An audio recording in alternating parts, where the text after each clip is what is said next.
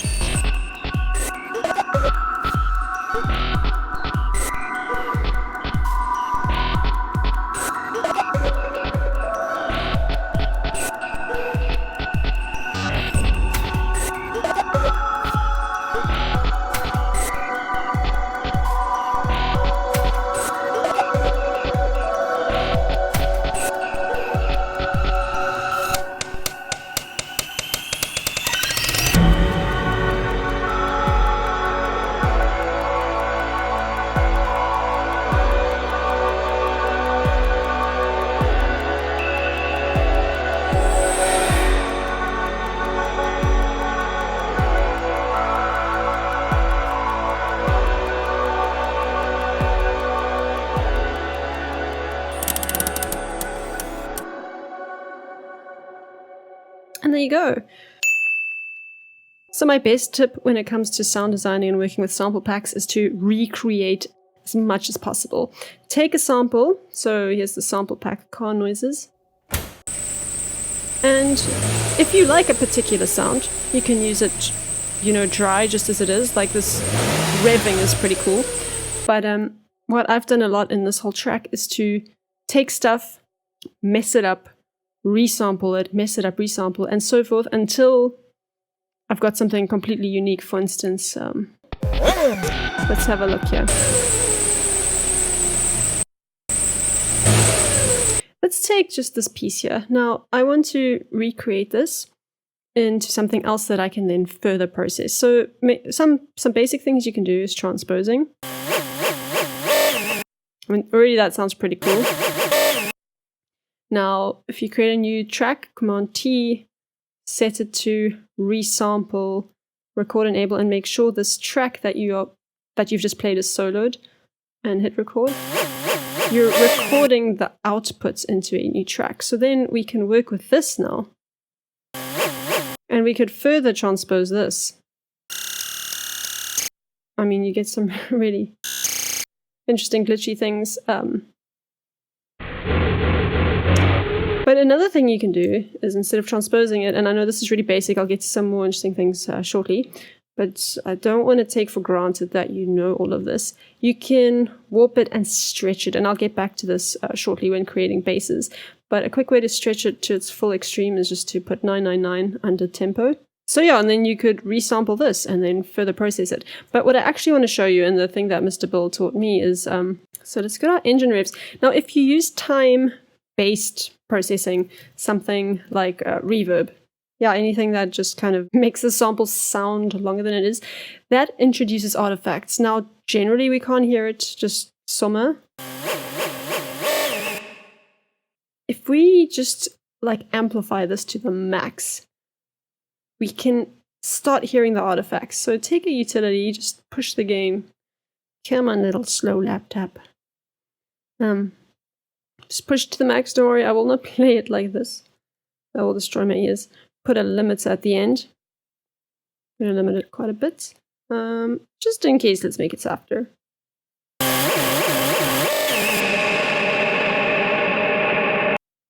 Now that sounded quite interesting at the end. It was... Now you can further play with the quality of the sound that you get by adding things like if you add a saturator in front of this utility. This is too messy for you. You can just go ahead and group everything. I just hit Command G. And you can play with these different shapes here. So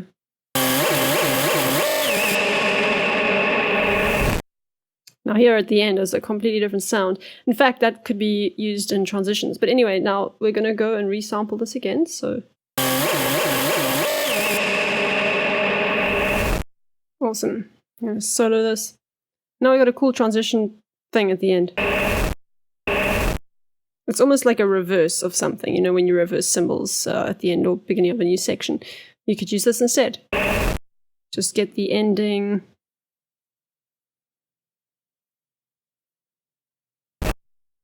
You stretch it. So this is what I mean by recreate and destroy and just...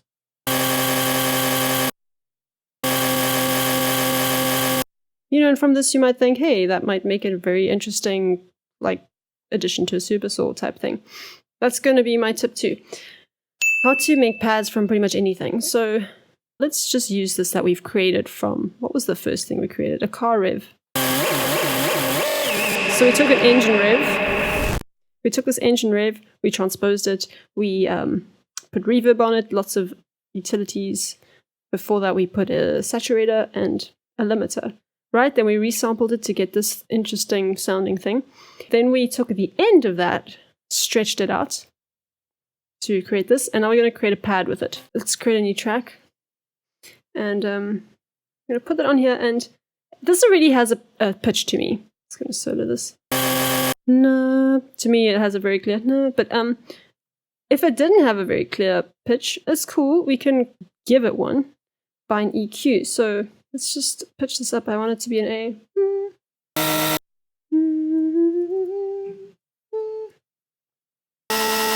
I don't know, I think that's an A. I could be wrong. And it won't be exactly 440, but 440 hertz is typically an A. That you create the frequency at 440 and you boost that particular frequency, and you can cut out some of the others. I'll just do a very gentle cut at the moment, and don't want this to be too loud. And if I just duplicate this a couple times, you can hear the A. Okay, I guess I was right, it was an A. And if that's too distinct, there we go. That's pretty cool. You can begin shaping this sound and creating a pad from it. So I'm just going to go ahead and speed up the video. I'm going to shape it a bit and then put this in a simpler, and I'll see you there.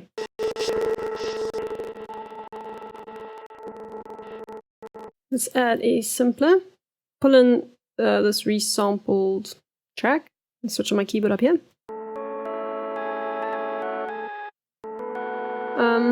Make sure loop is on. So that sounds a bit weird because the higher pitch is ending quicker, so...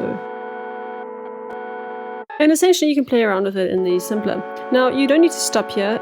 You can check out my video on the simpler and see all the different controls that you have, as well as what the difference between the simpler and the sampler is, /R, what the differences are. But you can change the attack. You can change the warp mode, so if you want it to be more rhythmic, you can preserve all the 16th notes. You can stretch it. What I really want to do is add an LFO. So I can add an LFO to the detuning. Let's go controls. In fact, let's open this up.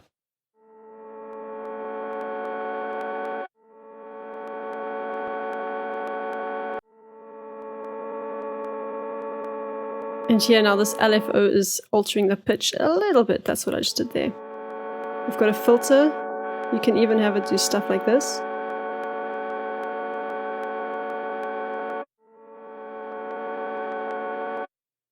And you can also switch glide to portamento. But anyway, I don't think it works for the sound, so let's keep it at 4 maybe. And another thing I want to just change is there's a click.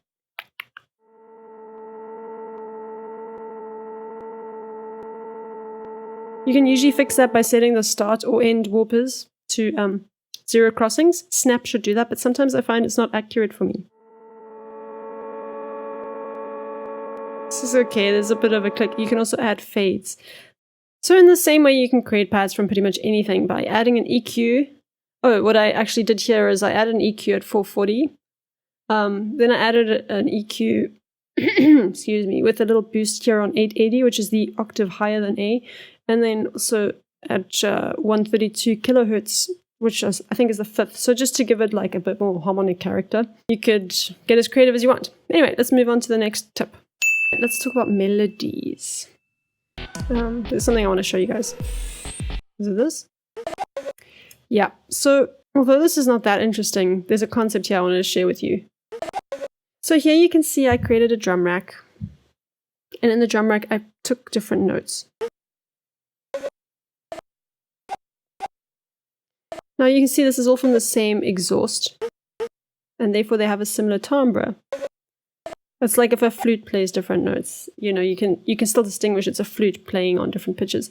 But now, what I did a little later, over here, it's going to be very soft. I just need to put up the volume.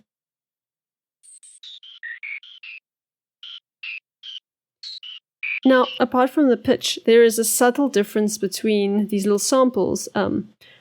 They sound similar, so it could sound like the same instrument was playing them, but they all have a unique timbre, and you can see that by the different wave shapes, waveforms. And this just adds a bit more interest. So instead of throwing a pitch into a sampler and then just playing something on your keyboard, for instance, instead of just taking these beeps and turning that into a little instrument, create a drum rack where you use pitches from all over, where you could have one pad having the beeps. You could have another pad that has a different pitch that'll form part of the melody, but it's a different timbre. So I'm not going to create a whole new drum rack, but if I go back to this drum rack here, you can see how I've done it here. I've gotten a whole lot of little bits of audio that I liked, and then created a drum rack and essentially used that as a keyboard to create some pitch content that has like interesting character, not just a line that sounds the same. Alright, next tip, let's go to the Supersaw thing. Whee!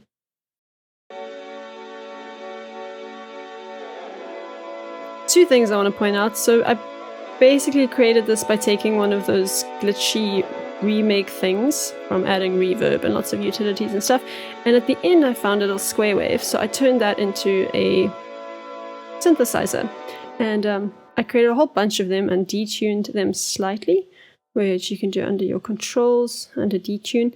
But it's quite interesting when I rendered it out. You know, these waveforms are really weird, and they actually kind of cancel each other out sonically. Let's have a listen. When I add the two, it's quiet because they're like cancelling each other out. So the way I worked around it is I rendered them out and then I panned them so that they are being sent to kind of different parts of the sonic spectrum.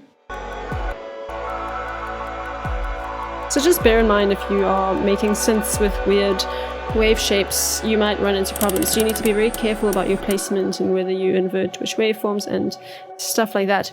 But so yeah, find a cool little part if you're trying to make a saw wave or a sawtooth wave or it's like square wave. Find a square in one of your artifacts. Well, not even artifacts, just in one of the samples, and just kind of make things really small. You can see I faded in and out here so that I get a smooth synth sound. And then I just went into the mid-D and I did little pitch bends. So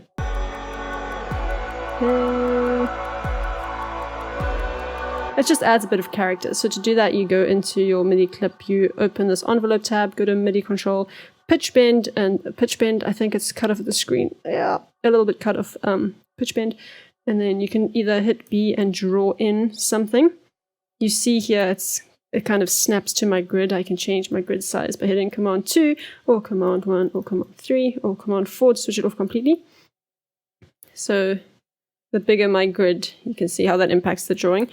Or if you like working with these little points, hit B again to get your arrow, and you can put little points and then kind of move things around like that and then get different pitch wobbles. I kept it quite subtle, just kind of at the end of the chords, just to get a bit of like interest, I guess. So yeah, and then put them in a group and you can process them further. I didn't do that much processing. It looks like a lot, but it's not really. So yeah, you can create supersaws with everything. If you don't like the previous technique I mentioned with the EQ, you can just zoom into specific sample and, you know, look at the wave shape and see if there's an interesting shape you want to try and turn into a cool supersaw, and just layer it like a lot and detune them. All right, next tip. Okay, bass and exponential rhythms. This was actually a request from one of you guys. This is what I mean by exponential rhythm, you'll hear. So it's not like the best example of it, but it's the only example I have here where, you know, you have a hit that's kind of slow, like almost a ball that you've dropped. And, you know, as gravity takes a toll, the distance between the floor and the ball keeps getting smaller, and then it kind of just stops. It's like doof, doof, doof, doof, doof, doof, doof, doof, doof, doof. The reason we call it exponential rhythms is that in maths an exponential graph increases, you know, by powers of something as opposed to increments like multiplication. So instead of a straight graph that has a constant gradient, it's kind of the further you get, the faster it increases. So there are a couple ways to do this. I'm going to tell you a quick way. In fact, I've still got everything here, so this will be nice and quick. Find a sample, like a nice, clean, simple hit sample. You can see here in my sampler that that's my original sample. Make sure it has a long tail. So if you take a sample, you don't want it to look like this. You want to highlight this whole section and you want to consolidate it, right? And you want to put this whole thing into your simpler because we want this tail. You'll see now why it's important, right? So not a short sample, a long sample. And you put it in here, and the reason we want it long is that over time, we're going to change the length of the sample. And that's why it gets quicker and quicker. So we've got our simpler here. We've created a MIDI track with one long note. To do that quickly, you can just put a note there and hit legato, and then the note just goes till the end of the bar. And when I go into my automation tab, you can see that I've changed the length. So over time, this length is getting shorter. And now loop absolutely has to be on. If there's no loop, it's not going to work. You can see the length changes, but it's not replaying. So you definitely need the loop to replay. You render it out with resampling. We've been through that. You open a new track, you record enable it, you set it to resampling, and you solo the stuff you want to hear. You can solo more than one track, by the way. You just command click solo, and then you record it. So that's what I did here, and I got this file here. And you can further see that as time went on, I wanted it to pan to the left, and I duplicated this. As time went on, I made this one pan to the right, just to give it a bit of an interesting, more stereo effect. And then one of them, I added a gate to keep it super short. And the other one, I didn't add a gate. So it just adds a little bit of interest in the two speakers, or the two channels. Also, so this I just did manually, and it's quite messy. It's not even, so I definitely want to work on this and make it more even, but I'll show you exactly what I did. Initially, I doubled it. That was boring. So I wanted it to sound, I guess, more like a bouncy ball. But because that was already uneven, I had to like manually chop things and move them, and that's... like this one is... yeah. So I mean, that's another way to do it. You can manually do it, but that's kind of how you get exponential rhythms. And from that, you can take the same MIDI file. So once you've rendered out your tracks or resampled them, you can now put a different sample in here. And then you can render that out and layer it with these, just to layer the sound and make it sound better. And then the final tip, actually, I think this might be more than 5, but is to go to the bass. So very simple. You take... so what I did here is, I think it was from one of the revved audios.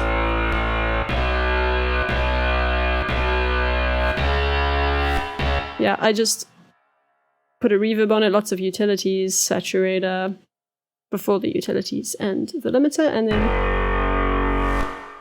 you can hear at the end, that's how I know that's what I did. I pitched it down, and I stretched it, and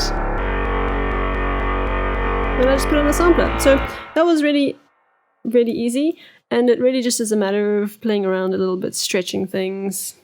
I kind of rushed through the bass a little bit, but I think you get the point. You guys should understand how to use simplers and stretch things and all of that. So yeah, I hope this was helpful and showed you a bit about my workflow. like I said, the actual creation of the track for this particular track was really kind of spontaneous. I listened to the samples. I thought, okay, they're quite percussive. There's some cool rev noises. Maybe a glitch type track would work well. And because I wanted to create a motivational message, I gave it like a cool little inspirational chord progression. And yeah, usually before I mix and master a track, I like to organize everything. I didn't actually mix and master this track, which you probably noticed. So yeah, if I do kind of complete this track or, sell it or something like that, then I definitely would clean up my project file and name things proper, not like wiper to audio 1 and so forth. So thanks for watching. If you guys have any cool tips and tricks, please leave them below. And I'll see you guys soon in the next one.